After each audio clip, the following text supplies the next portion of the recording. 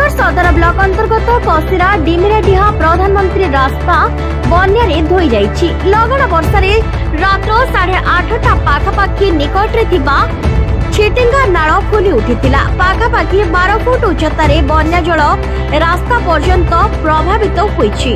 घंटा घंटा धरी पानी रास्ता उपरे चलिबा जोगु विराट गछ उपुड़ी पड़िबा सहित पिचु रास्ता धोई होई जाई 12 फुट गर्त सृष्टि होइछि। फଳରେ पद्मपुर अंचल को यातायात ठप होइछि।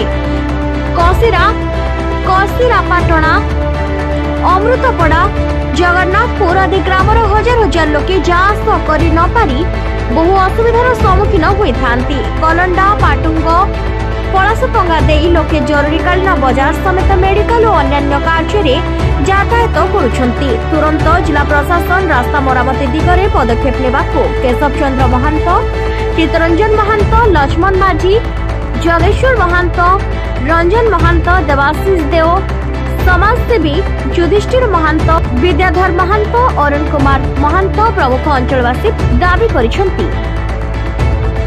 केन्दुझर जिला प्रतिनिधि दुर्योधन पात्रଙ୍କ रिपोर्ट प्रतिज्ञा टीवी।